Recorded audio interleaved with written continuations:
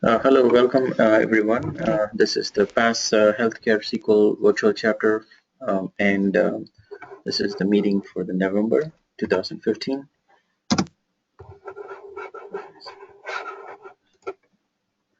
Okay, we have different virtual chapters available for you to look into, and we have like data science, healthcare, and of course DBA chapters, Excel, BI chapters, big data. So anything that you're interested, you can join in online. On the PASS website as you do regularly, and you can join these virtual chapters and attend the meetings in that.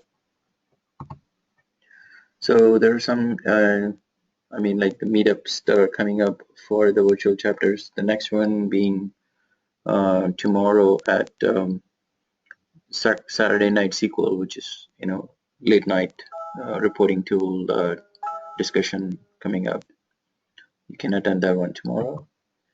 And I'm going to introduce you to some SQL Saturdays. SQL Saturdays is like a one-day free event put on by the local chapters of PASS. Especially it is related to SQL and data and analytics um, by various speakers around the country. And there's like about usually 30 to 50 sessions in various tracks that you can attend and learn a lot more. It's free, and it's local to you, so it's on a Saturday. And if you're interested, you can join the local local chapters, which are like physical chapters that you go to attend the meetings, and mainly for networking and opportunities you can get to present and share your knowledge as well. You can volunteer for PASS, like these virtual chapter or any other chapters. You can go and check out the details at volunteer.sqlpass.org. And if you want to stay involved in the PASS community, you can join the Twitter at SQL Pass, and there's a LinkedIn and Facebook page as well. And especially for our virtual chapter, which is healthcare chapter, we do have a Twitter account that's healthcare SQL VC, and you can send us any email at healthcare@sqlpass.org. And today, Carrie Nielsen from Pyramid Analytics is going to present on health plan payer analytics, especially in the payer side of it, for how do you analyze the data and what kind of visualizations you can use, and the whole gamut. And she's a SME in healthcare sector. She's worked a lot in healthcare, and she's a senior solution engineer at Pyramid Analytics. So Carrie, you can take over. That's my slide deck. So let me change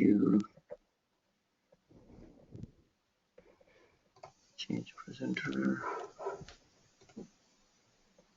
Okay. Wonderful. Thank you, Dama. Thank you. Welcome. And if you have any questions, you can put it on the question and answer questions panel, and we will address them at the end of the session. So thank you. Go ahead. Great. Well, thank you everyone for joining today. I have worked for 10 years in the healthcare industry, and I implemented a self-serve BI solution for a healthcare payer for both internal analysts and external clients to access their data. And I'm going to step you through a little bit about my experiences and the benefits and how BI Office, which is Pyramid Analytics product, provided that information. So on top of delivering a framework for people to be able to access and do self-serve analytics, it really enabled those separate populations to be doing analytics off of the same data models. And so we have the ability to push content out to employer groups and brokers instantaneously as data is updated, and as well providing the internal analysts the ability to do data mining and have an infrastructure that is ease of use to use in without having to know T-SQL or whatever structured languages to query large structured data models.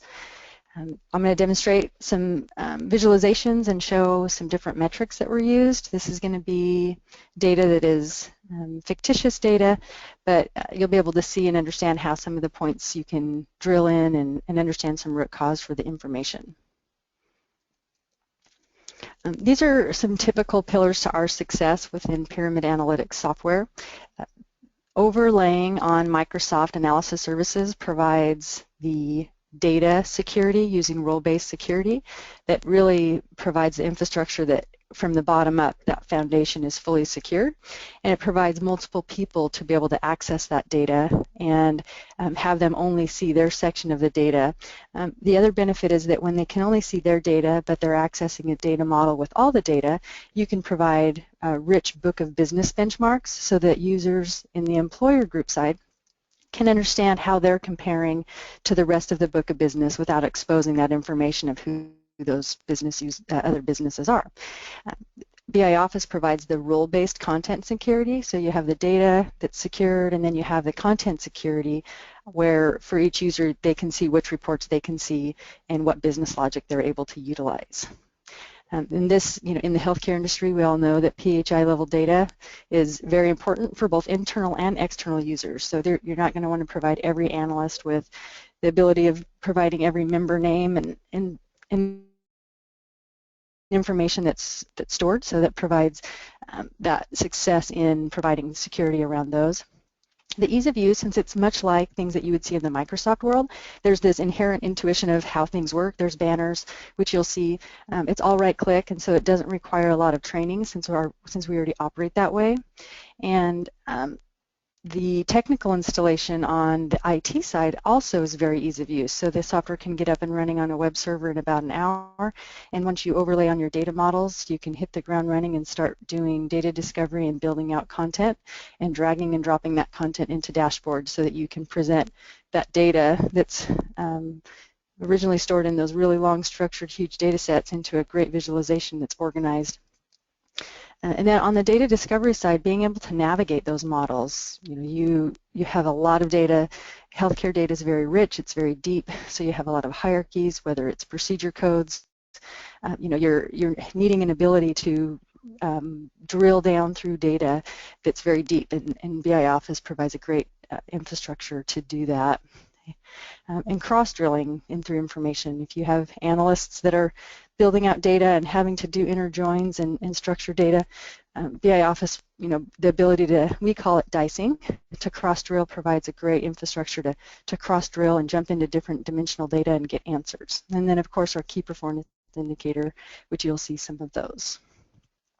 A couple of topics that were benefits to the company that I was at in finding some outliers that helped save the company some money was there were some inverted costs that were found from some fraud and abuse that ended up being fraud and abuse, where we had some scatter plots and visualizations that showed that there were some out-of-network costs coming in, and that visualization was able to easily take and show that there were some network costs that were not being, or low network cost and high paid. And that way we could right-click and drill into, find out what providers those were, go back to the contracts, find out what the benefits were, and then made those changes. So people kind of abusing some of the benefit structures that were in play, and those visualizations made that visible quickly and was able to make those changes and go forward. And I'll show you a little bit about how that would look. On improved patient care, being able to track the KPIs, whether it's an increase in cost per admit.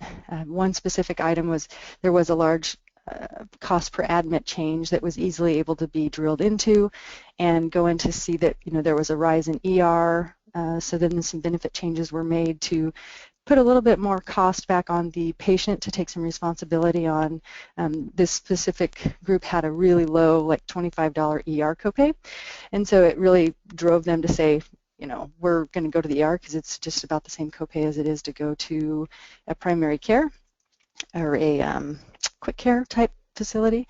And so having those visualizations and people being able to see that so that they can make adjustments as they go is really beneficial. So let's jump over to a demo. This is a dashboard that's provides some interaction with users to be able to see not only some of the KPIs when you're tracking how things are going, but it provides the infrastructure for filters to be applied, as well as you'll see some drilling and dicing when you see outliers to be able to ask questions. One of the great parts of BI Office is the ability to create some no-code analytics for date times. So you can have beginning and ending periods be calculated on the fly depending on what analysis that you're doing. And so that information can be passed immediately, and they can answer those questions for the time periods that they need. Can get some overall visualizations of what the population's doing, manage the chronic disease population.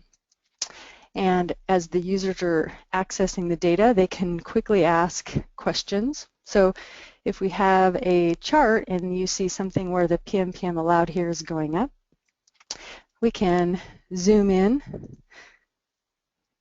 and then we can go into any data point and actually just start asking questions. If we go into here, we can look in for that specific PMPM for this period. If we want to look at the very high-risk population, we would drill into the population down here. So if we go into high risk and we want to understand, we're able to cross-drill and provide that infrastructure for all the users to go into other dimensions and attributes to get more information about that data point on the fly. So maybe we want to understand about the member age group. Those can be cross-drilled, and then it's going to redraw those data points for that. Let's go filter here.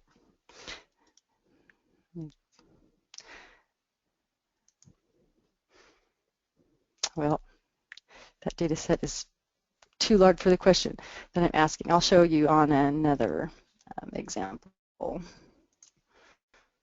Anywhere within the charts, you can actually get to the raw data as well by right-clicking and swapping to grid.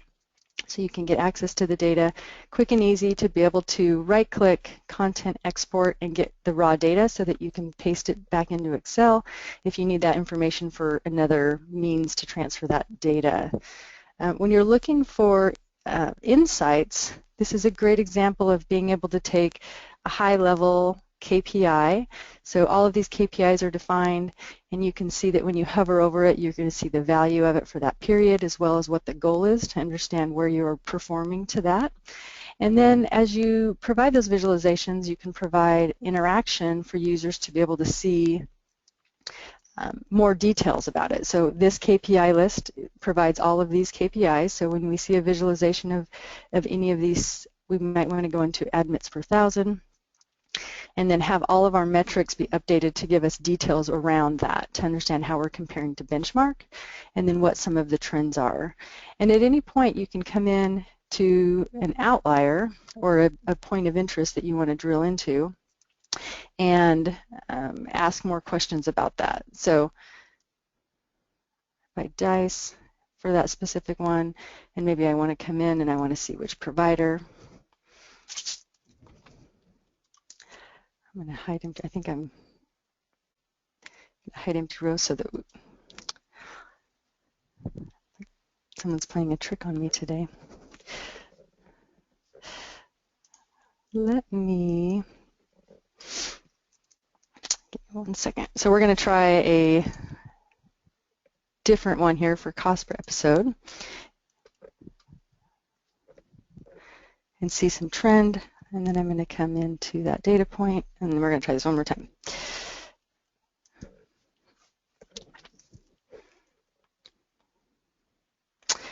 Wow, I think there's some change that happened to this dashboard over the last time I ran this demo. Okay, so that's the point and click functionality of being able to drill into that information and get details. I apologize that that's not coming up right now. Another high benefit is the ability to drill into the KPIs specifically. So from our KPIs here, we could go in and understand the chronic disease states that are driving for those items and have those KPIs be recalculated and show for that cost of episode what those items are drilling into. So you can see cancer is a high drilling item for that cost per episode. and that we're more in the moderate risk, but there's a high risk population that's popping up here at the end where we have some items that need to be looked at for that population, and maybe do some analysis to figure out if that's a specific person that maybe just needs to get under a higher level of monitoring. So being able to secure this information, this is some examples of what a self-serve user would be able to come in, see, be able to get data out of the system, track some of these KPIs, and then the benefit of pushing this content out to your employer groups with data models is that as soon as you process new data, you're able to push that data to them instantly. So, being able to keep up to date with all the data so that you have hundreds or even thousands of users accessing that data and running queries and self-serving that content themselves is very beneficial. A couple of other visualizations you'll see are bubble charts, the ability to see the multi-dimensional axis, X, Y, and Z we call this. So we have your standard X and Y, and then the Z is the size of the bubble. So we can see cancer and hypertension here are the biggest size items, which is paid amount here. And of course, all of these are drilling and dicing. You can go into those items, drill, dice, and we can go figure out which risk bands those cancer populations are coming. And we can see that it is driven by high risk. If you have member information, it's a great way to be able to provide your nurses or whoever the ability to get right into the member information so that they can get that data and do analysis that they need. Again, in order to get that content, you can always swap to grid and provide the details behind it once you get to the member level if you need. There's also member properties that you can set to show, phone numbers and all of that to make that very interactive to your users to be able to be actionable. Tracking, wristbands is always an important thing. These are some great period to prior period to understand how your risk populations are changing, if they're getting smaller or bigger for the different risk populations. Trending out lots of different visualizations. We have some new predictive analytics coming out where you can do forecasting, binning, and some additional R integration for running scripts for on a statistical side with the data that you have available. These are some radar so you can keep track and understand how you're measuring to your HEDIS metrics. So you can see they're doing really great on the asthma side and then having some issues here. You can also utilize the conditional formatting that show where it stands. The annual monitoring actually here is pretty low. We can interact with that item and have the chart come in and show us the visualization so it gives us a smaller subset to understand which portions we're not really meeting those measurements on. The network savings example is one that we talked about with the fraud and abuse and network discount. So this was an example of having a out-of-network setup to be able to see what that population looks like. So here there's, a high dollar cost per service item that's getting with, a normal 20% network savings. But down here we have some lower items that are really low on the network savings, and you can drive your provider network to be able to have access to that information. Go out, figure out who are these providers, and understand who is doing that. So now we have a list of providers that we have zero network on, and then your provider network has that accessibility to get on the phone and figure out how some of those networks can be created and some discounts can be instantiated.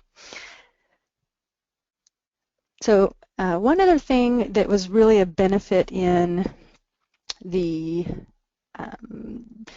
I guess in the efficiency of the system for internal was the ability to create some report templates. The storage and content that is available in the infrastructure, which I think I'll just show you here. What it does is it provides you to create some new templates so that when users are out and they're needing to access a large claimant report or a provider network report, and you have analysts that need to be going out and doing research, or they need to create a new report for a new department, you can create starting points of that content that are accessible through our backstage. And what that does is saves a lot of time where all of the properties for the report are already set. If you want it to be fully insured versus self-funded, or any of the properties that specific reports might have for them, you can have starting points where your analysts are going to, if you have 5 stages in a report building process, you can have them start at stage 2 or 3 and then build out that content, and saves them time. In addition, by having a repository of many different books and folder structures, you can get right back to every report that's been ran and recreate that report and or update that report and or make modifications and track that. So lots of time savings on the analyst side of being able to keep track of all the reporting, what's been put out, and what that content looked like. So that was just a huge benefit in the efficiency of some of the analytical departments to be able to run with having that knowledge base of what's went out. Let's see, the infrastructure of how BI Office works is that the business users have access to create these dashboards, create business logic, such as the beginning and ending period, the KPIs, all of those types of items, and then the infrastructure of the servers, the data, the security, all of that's managed by IT. So it's really keeping that really highly technical IT work on the IT side, but providing the business users the ability to create the reports really easily and not have to wait on IT to build reports. So it's very easy of use, drag and drop, whether it be content reports or whether it be dashboards, it's all reusable. One other product that is really beneficial that we see, just because there's a lot of generated reporting that goes out on the healthcare side, are what we call these publisher reports. And so this is an example of a report template, and these reports can be ran for any variation of time and employer. These are fictitious names. But what it is you'll see that there's this consistency in the template, so every report's the exact same. It's just that that report template is filtered by their information. So if you have hundreds of employer groups and you have a report template that needs to be distributed, you can create the template once, utilize the same data models to present that information, and have that human capital be working on analytics and data science type work rather than recreating PDF reports. And it doesn't require, a lot of companies use reporting services, but this tool is much easier, where you don't have to have a a report developer knowledge base of SSRS in order to generate those reports. So and they're nice. You can run hundreds of reports in a matter of minutes, and that can save you a lot of time and overhead in your staff and what they're able to produce versus the number of people. Okay, with that, I think we can jump over and maybe see if there's any questions this far.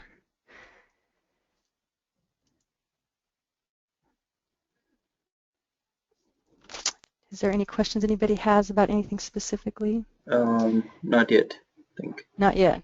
Yep. Okay. So I think. So you want to talk about some of the, the points that specifically to healthcare that might be useful for the people, what kind of analytics they can do on what type of, specific areas inside the payer plans? Well, typically on the, other than doing healthcare analytics and being able to utilize the dashboards to filter data, look at trends, utilize this infrastructure, this is going to be more of a consumer role of someone coming in and having access to analytics that they're presented for them. From a payer role, from a business, are you talking about from a business perspective? Yes. Internally? Yeah. Mm-hmm. Well, from my experience, most of the metrics on um, the payer side have been around efficiencies in healthcare. So controlling chronic disease states, which if you look at some chronic illness reports, you're able to keep track and understand how things are performing, keeping track of disease populations, providing visualizations that can help you understand, what's going on, what should we intervene, what is that population of people that we want to intervene with so that we can contact them and see if they need to get put into a disease management program. Some other metrics that have been useful as well that are great analytics are understanding the loss ratio, where your IBNR calculations are for different sets, understanding what kind of business uh, um, payments are going out when, each week, what's being billed, what number of claims are coming in, so some of those high-level metrics. So whatever's in your data model is just visually displayed easily through whether it be grids, chart visualizations, KPIs. Of course, we had, some gauges, spark lines, radar charts that we looked at in the HEDIS portion. So all of these data can be overlaid and viewed.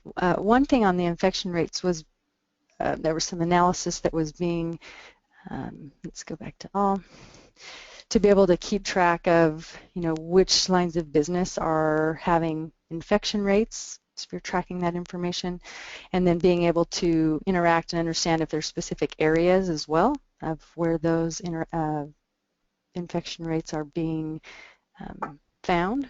So outlier analysis, trending to see where you are, this one's in Indiana.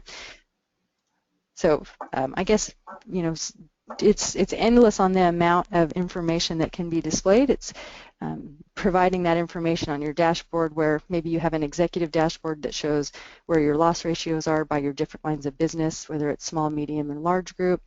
That's not a dashboard that I have to visually show you those metrics, but all of those metrics that are in your data models are easily exposed through any of these visualizations. Okay. And what kind of main things that you have seen people using most of the time?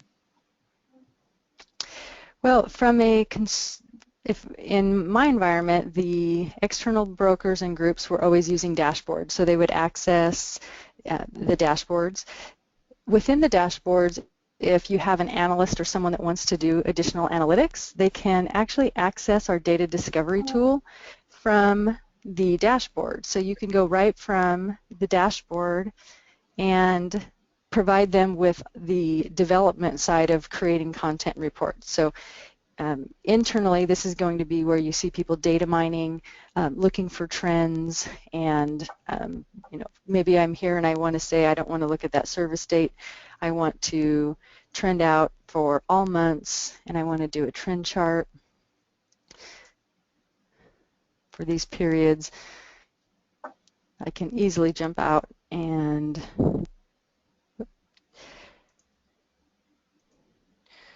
change this to a, let me get this cost banding.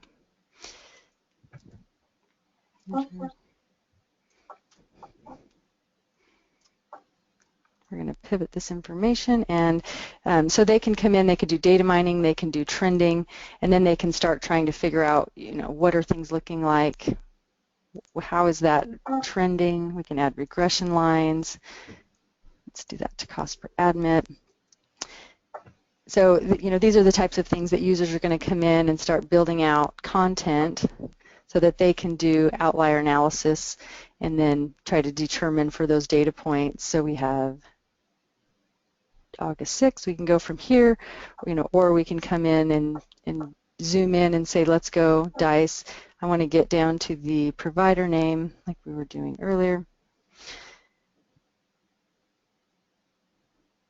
So this would be an example of what some of the users would do in order to do a little bit more detailed analysis, maybe build out some construction of reports. I'm going to filter these. So here's all of our providers over here that show how they're performing for that one data point, what the outlier is, which was Parkview Hospital. Then you can do additional research from that to go see, what was the issue with that admit, was a specific provider. Again, if you have information regarding to your members in there, you can easily access who that is. This is our data discovery tool, all drag and drop, all available for users to do analytics. If you have, we have outlier analysis for some of those, to be able to point out, where some of the outliers are. We also do geospatial, so that if you have large areas that you want to make visible on a map, you can have that visualization on the map as well. And then they can save that content into their personal content folder so that they can have that analysis for them specifically. And then easily right from there, you just jump right back into the dashboard and continue on with whatever analytics that you were doing. Uh-oh, did I lose? No, I'm here. Oh, sorry, my internet sounded like. No, you're good. I can see your mouse moving, so it's fine. Okay. Let me see if there's any questions. And what about like when you do some kind of where can like healthcare organizations start, planning for some kind of analytics platform when they wanted to do like fresh out of the box? Because normally they run reports, nowadays, and then just go with that. But when you think of when they want to do some kind of analytics on the payer side of it, how do they go about it? Like, you mean prior to having data models and a BI plan in place? mm-hmm. Well, of course, one of the first things people are going to do is go do some evaluation on what kind of visualization tool. Pyramid Analytics BI Office is one of many different BI visualizations tools. We set ourselves apart in that, we're a fully web-based application, so there's no desktop, installs with our application, and we really leverage the Microsoft analysis services stack. So typically if you have someone that maybe doesn't even have a data warehouse or has a data warehouse, and they start evaluating to see, what kind of visualizations, what do we need to start with? We have partners that we work with that will help create data models and structure their data in a means that is they need to be able to distribute the data, whether it be to external clients or they just need something internally for their analysts to present dashboards. They would partner with start building with them, building out data models, getting all of the processes together for that. And then from a reporting standpoint, you're just going to start, defining what type of measurements you need to track, what all data is needed for your reports. And then once your data models are built, and for instance, with our application, if you were to install Pyramid, you would just, in our admin tool, it's very easy to click or assign which data model that we want to browse. And when you go browse those data models, you just have them available for users to be able to start doing data analytics. So once you have data models, it's opening whatever data model that you want for those sets. And then you'll see that we're back in the data discovery tool where you're going to start dragging and dropping and building out content and creating the reports that you need. Those reports are going to be all stored in a full central governed area, and all of the data that is created is reusable in our dashboards and in our publisher narrative reports that I showed you. And all of that information is just contained and available for users. There's also the content level security, so if you have a report that is created, the security behind that is going to allow you to determine who can see what information, so that's where the content security comes in. And then those visualizations are easily brought into dashboards, where when you create a new dashboard, you have accessibility to all that same content, and you're just dragging and dropping that content onto a canvas and building out your dashboard. So all drag and drop content. Of course, I grabbed one that was a test. I'm going to go down here to healthcare. Demo. So let's go out to our chronic chart. And let's drag this. So now you're able to take all those reports that you're creating and start dragging and dropping them onto your canvas. And then as you're building out your canvas, you can lay it out however you would like. And so that's that process of once you have your data models, and you typically use a partner to do that if you don't internally already have that resource available to do that. And then our software takes about an hour to install on a web server. Once it's installed, you start defining out what metrics you want to be able to provide and provide those data models, start building content, and then either using those contents in a repository for your analysts to house all the reports that they're doing so they can share and reuse content, or creating dashboards in order for users to be able to combine and organize that data and make visible to management or other parts of the company.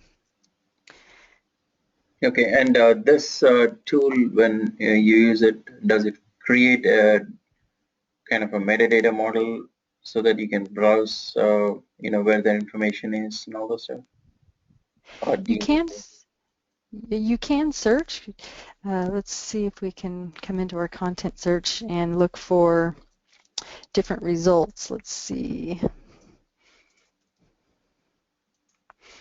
Try to get something. So anything that has, that word, you can get reports, business logic, dashboards, alerts. So there's an advanced search where you can actually specify different data sources, whether you're wanting just dashboards, and you can look for that metadata that's stored, whether it be in the report name or an attribute that's in that report, and then get access to that. The administration of business logic, so when you're creating calculations and um, calculated members, all of that content can be made available, and you can do searching for specific members. So if we looked for, query searching when you're in your data models, you can get through and understand where different attributes and items are within your data models. So you can search for content or attribute or hierarchy information, and you can even do viewing all cube metadata to see where, what's in that data model, and you can search members as well. So if you have, something in, I'm jumping to a different, you can search hierarchies for member values to where you can go out and find, different information for at a member level. Okay. And how do you go about, like, if they wanted to distribute to clients outside their environment? How does their security work? Like, do they have to have some kind of a credentials that they need to have it in the Active Directory or something like that, or? Yeah, there's a couple of different configurations that you can do. Typically, well, at least in the implementation that I did, the application, there was two web servers. There was an external web server that was exposed outside in the DMZ to the external world, and that configuration had security around it where it utilized a domain controller, but it had an IPsec tunnel that kept the two domains in sync, and that decision was made because that way we have a domain that is completely disjoint, and the users that are on that domain that actually get replicated internally have absolutely zero access to anything else but the functions of querying that data. And so there was two ports open in the firewall that allowed for the communication to happen, and they would just log into a URL address and have that full accessibility of the web browser. And so the data models were secured at a dimensional level security where they could only see their specific group information, but having everyone access the same data model provided the infrastructure to have that window froze up, have the ability to get those KPIs. So when you have a employer group that says, well, my cost per service is 100, but is that good or bad? I don't know, what that means to me, compared to everyone else. So really powerful for the groups to be able to say, I'm 735, but, that's about average, or I'm doing better on days per thousand, or there's an issue. Why are we doing better or worse than some other group, the average benchmark? So that, those are pretty powerful metrics to be able to provide, and then to be able to drill in to get the data. It just saves a lot of time for that research to happen individually for each of them, rather than having an infrastructure for every question to get fielded into the internal, reporting departments and have to create a report for every single person.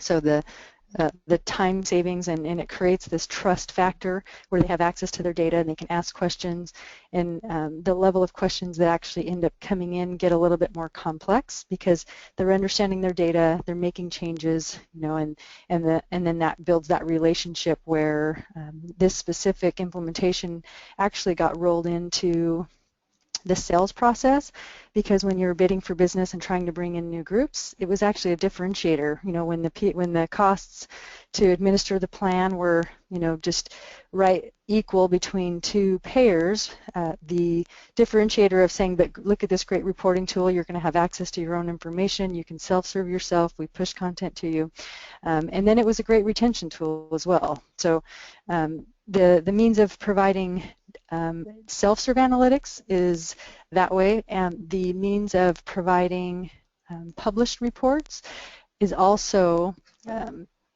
has full data security behind it. So for they can come in, access all of their basic reporting. I'm an admin, so I see everyone, but all of these reports can be ran by the administrator or whoever's developing the report. And when those users log into the application, they actually are only going to see their specific report. And that's done by enabling the data security around what those groups, so that group is only going to see their one group in their news feed. So it's that full distribution where it's on the web, they can get all of their standard reports that are getting pushed out that have that beautiful narrative summary that talk about increases and decreases and what your medical services are doing.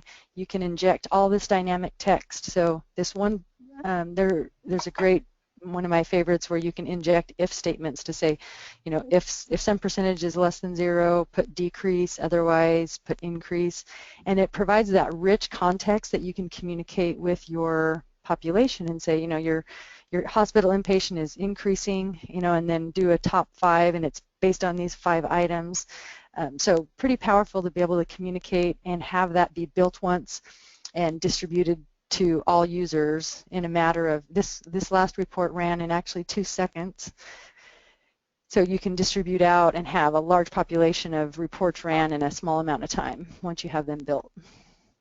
Okay. And what are the common types of dashboards that you have seen in the payer analytics area especially in the hospitals or any environment where they need to deal with that? What are the common dashboards that you have?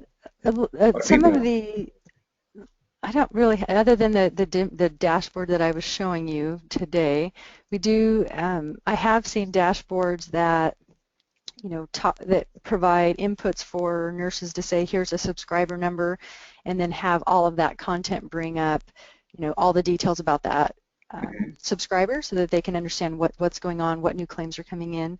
Of course, large claimant reports to be able to show, what users are coming in, being able to aggregate data up to say, this is the max diagnosis, to be able to display, large claims, but be able to drill into every CPT or procedure code. Let's see what else. Infection rates, of course, being able to track, like we were talking here, the infection rates, tying those infection rates back to providers, whether it be hospitals or the administrating physician. Those are other ones that we see often. PMPMs, the benchmarks, having those KPIs at whatever line of business, trending out. Loss ratios by different groups and lines of business, so that you can see where what businesses are doing, having higher loss ratios, and if it's a large claimant. And then the account management and payers being able to have access to query benefit details so that as they're meeting with their clients, they can make recommendations and, be kind of a leader in saying, we think you should do this or that, and doing it as a consulting role rather than, having you being just a administrative of managing the account items that they want, so kind of taking charge and owning that. So those are probably some of the more specific. Of course, we have, different, we have a couple of hospitals that are providing some dashboards that are reusable. They're in the full U.S. And so the great thing about these dashboards is having one dashboard that everyone can access, but having that data security to say region A only sees region A, but everyone's looking at the same process, the same metrics that are being used, but it's filtered to just their information. So network savings. And what about like any kind of a risk analysis types of dashboards that you have seen? Risk analysis. I can't think of any right now that I could talk to. These risk are just risk bands of understanding the population. But are you talking about the risk of the disease state? No, mostly on the payers and providers, on the financial side of it. Yeah, I can't think of anything right off the top of my head on the risks. Like for example, these particular claims are not in full, that may have some issues with payments that may not get paid and things like that. Yeah, I mean, very easy. I mean, all of this content, as long as that data is in your data model and you can filter to, determine, what you're either going to create a visualization that will help you provide some idea of what those outliers could be, so that you could say, well, we could have a problem here. We have someone that's so many, like this could be days past due, and this could be number of delinquent occurrences. So, as long as you have those metrics where you can show those visualizations, and then that can help you provide the visualizations for what's the outlier, what are some items that are at risk, maybe this is at risk, and then you can go figure out and determine, who are those providers, and then address, those risk opportunities. That's one example of what you could do with that type of data. Okay, great. So let me see if anybody has any questions. Right now I don't see any questions being. Okay. One second, there's a question there. So there's a question there. How did you get the users in the business unit to give up their spreadsheets? Like, if they kind of like, people use a lot of spreadsheets, but then they wanted to switch over to some kind of a dashboarding tool like this to analyze the data. What is how you can persuade them to change it? Well, one of the easiest ways from a process perspective is, providing real-time data. So when someone has an Excel sheet and they're having to go get data somewhere repeatedly, providing an infrastructure where users can get access to data quickly and have those ease of use tools, such as, providing them a dashboard, having the infrastructure for them to only have to right-click in order to go ask questions and do information. And people love Excel. I completely see where this question's coming from. And I think that's why it's important that we're able to get it back to Excel. And so there's some people that keep track of that, and it's a behavioral thing, and then there's other people that need to be able to combine multiple sets of data that maybe isn't in your data model, or add some commentary or additional information. That necessity is always going to be there, and we understand that. And so the ability to take content and get it back out, I think, is another item where users can easily get content and bring it back in. And then, once they start seeing the benefit of taking content from that business intelligence system and saving and being able to have all their work saved in the repository, there's a great, it really does, it does take a little while for the users that are resistant to it, but other users love it. And we have corporations come on and they start using this and they're like, wow, finally we have a place where we can house all of our reports. We know right where to go get them. We can tag them and as most recent, and it's all about the ease of use and providing the metrics that they need to be able to do those analytics. So I hope that answers, the question for them to be able to have additional tools to not only create the analytics and do trending, dicing, filtering, having that filtering be, with point and click information, but having the ability to quickly save that into just their content where it's easily, referenceable. And after you build that content, having that data automatically updated as Okay. the data models update. So another thing is they can share that visualization with others easily. That's one Correct. of the key things, right? Okay, Right. So next. they can, yep, go ahead. Yeah, well, next question. What is an example of the time required to build a new dashboard, assuming the need is defined well and the data is available? On the business I, side, let me finish the question. On the yeah. business side, what new requests are you getting from payers? In other words, are you seeing a trend in new types of data being used or new questions being asked? That's from Mike Upchurch. Okay. If you have content that if you have data models that are built, and if you have reports that are created and or available, the amount of time it takes to create the dashboard is very minimal. So it takes more time to plan out and determine what visualizations that you want to create that are meaningful for your dashboards than it does to actually create the dashboard. So you can see as we're building out a dashboard, if we have this content, we can easily come in and bring in any kind of information. We can drag in slicers, we can create charts, we can do time frames, and then we're going to link them all up. So it's quick and easy to come in and create these time periods of information. Um, the newest reports probably that are always continually changing is getting more accurate on the medical episode grouping. So there's just always going to, there's more companies that are coming out with, what they feel is more accurate way, categorization of types of service so that you understand if it's a inpatient, outpatient, being able to track ER repeats so that those populations can be monitored and figure out if, how to manage those specific situations. Um, um, and then of course on the predictive side of being able to have, and that's why our next version that's coming out here in the next month or so is being able to provide the forecasting and the predictive analytics where you can have categorical data in numerical inputs and do some modeling around some of those behaviors so that you can try to predict out and see some things that are coming up. And hopefully in the next time that we're able to share some time, we'll be able to give a demo on how some of those predictive analytics can help show outliers and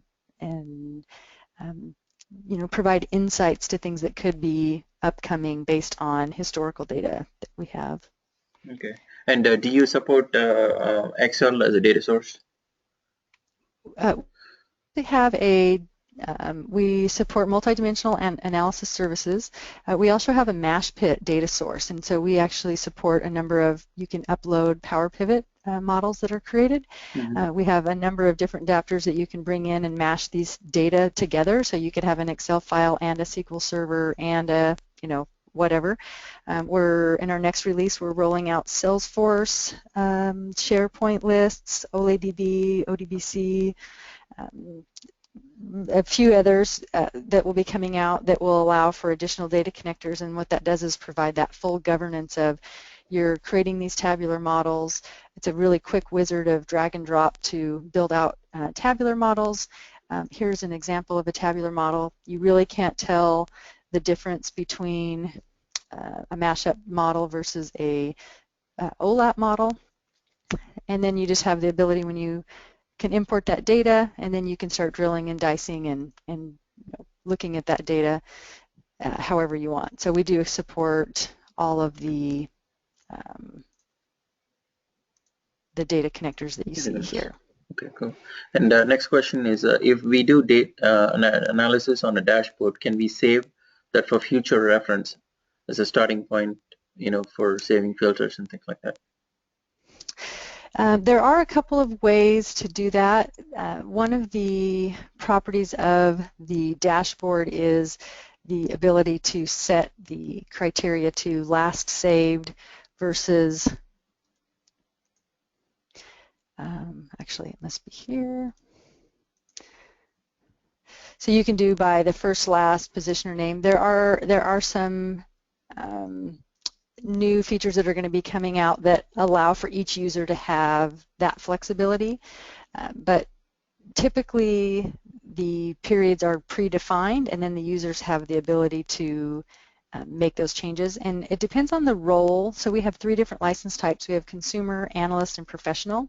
So as you start moving up in those license types, you have a lot more freedom and flexibility because you can create your own dashboards, and you can take a dashboard that's available, that's for instance the dashboard we were just looking at, and I can save that dashboard to my personal content, and then I can have that be, something that is saved with the properties that I want. So maybe, I want only one specific group or one specific chronic state, or I want the dates to always open on some So you can use specific it as time frame. as a template, You kind can, of.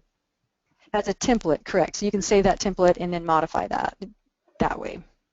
Okay. But, The next question is, somebody came in late, Todd Hayden, and is asking what tool you used to create this. So this is a so BI. Yep, the company I work for is Pyramid Analytics, and the software application I'm showing you is called BI Office. Yeah, And inside of BI Office, we have 3 different tools, and those tools are, we have a data discovery tool that's called BioExcel, and those naming conventions are going to change to data discovery when we release version 6 coming soon. And we have a BioPoint dashboarding tool that allows for all of the content that you build to be displayed and interacted with and presented to users through a dashboard. And then we also have a BioWriter application, and that allows for users to present narrative reports that are structured and can automatically be ran for filtered by whatever segment of data you define. And we also have alerts where you can set alerts to be defining, issues that are happening when data models are updated, when a large claimant over, $50,000 comes in, you can send an alert and have it give that information. So these are great ways to communicate with your population and communicate with them with what's going on. Okay. And next question is, are you able to define your formulas inside this? Like, let's say some measures that you need to do some kind of calculations on the fly. Yep, and that's kind of the power behind our tool, is that we have the ability for analysts to create their own business logic. So they have the ability to come in and create calculations on the fly and have access to either functions that they want to be able to represent. They can build out and do their own growth percentages or whatever calculations that you want. It's all drag and drop and selecting of what those properties are. Mm-hmm. And then when you save that, they can save it privately and just have them use that. Or if it's a professional user, they can make it public, and that's where the governance comes in, where the business users can be creative. They can bring in new business logic and they can work with it. But then you have a infrastructure that vets it, makes sure it's accurate, and they roll it out to public, to the applicable roles as needed. So if I come out here and I say, this is ready for it to go, I can decide, well, which, does finance need this? Does claims need this? Who needs to have access to that business logic? And that way, the people only, you're only getting the calculations that are applicable to you. And then that's all easily managed in the admin tool for users to be able to have access to. Let me see if I have an example of a custom element. So here's an example. When you customly create new items, you can just have available in your custom elements all the business logic that you've created. And then the admins or the professional users can promote that to public, after you've verified that it's accurate and it's a company standard that needs to be used. Okay, cool. And have you seen any issues from, let's say a hospital or organization uses Crystal as reporting tool, and have you seen any kind of issues that converting all those things into this type of dashboards and reporting? Well, we're fully URL based application, so we can embed existing URL content into our application. Typically on the reporting services or Crystal report side of the world, that the content that they have, they typically will keep producing, while they already have it developed, and then any new content, they start moving over and developing it in the publishing tool. Mm-hmm. And then they have a project where they're slowly migrating and moving everything over time. So it all comes down to whatever the distribution. There's lots of different options. Whatever the distribution method was for the Crystal reports, those aren't going to get imported and automatically just get recreated. You would have to create those reports, but that's the transition that we've seen with our clients, is that they kind of stop production and they start moving over because the level of technical person that they need to create the narrative reports in our tool is so much less. Each user can kind of each department can create their own, and they don't have to rely on IT specifically to do those. So that's a transition that we see. Okay, cool. And what's the somebody asked a question on what's the difference between Power BI and BI Office? Or you guys work with each other? And Right. Yeah. Power BI is really it has to go to the cloud. So in the healthcare world, we don't see as much. Well, at least in Power BI, it will have to go to the cloud. So we don't see as much in the healthcare, just because it's hard to get a BAA currently to support the infrastructure in the cloud for that data.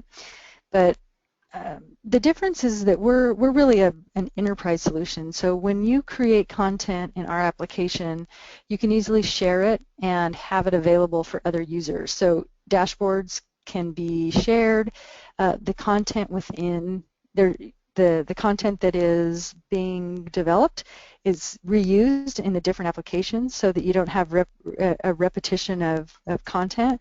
You can have one report be created and have that report be available, like say this report can be housed somewhere, and it can be dropped in mini dashboards. So you don't have to have repeat of content. It's all managed with one. So if you make a change on one report, it updates every dashboard. And in addition, there's no pulling data down to your desktop. So when you're data modeling and you're querying, everyone's querying off the same data model. There's no duplication of data anywhere, and nothing's pulled down to your desktop. So all of this data is visually just being represented, but there's no data on the desktop. The only time you're going to get data to the desktop is to actually come in and export the content, which my window is frozen on this one, so I can't show you, but they export content. So that's probably the biggest difference, is the enterprise being able to scale, having one point of everyone's going to the same web server to access the data. So on the install side, you only have to install it on one web server. okay, And then everyone's reusing and accessing the same data model. So if you make a change to a data model, it automatically pushes to every report. oh, that's great. All right, I think that's all the time we have right now, and I don't see any more questions there. Okay. All right. Okay. Thank you very Well, much, thank you for Carrie. having me. I For appreciate yeah, the thank you very much. time. Okay, thank you very Okay. much, See ya. Carrie, and I'll push the recording back into the YouTube channel pretty soon, and as soon as it's available. And thank you everyone for attending. Thank you, Great. Carrie. You're welcome. Bye.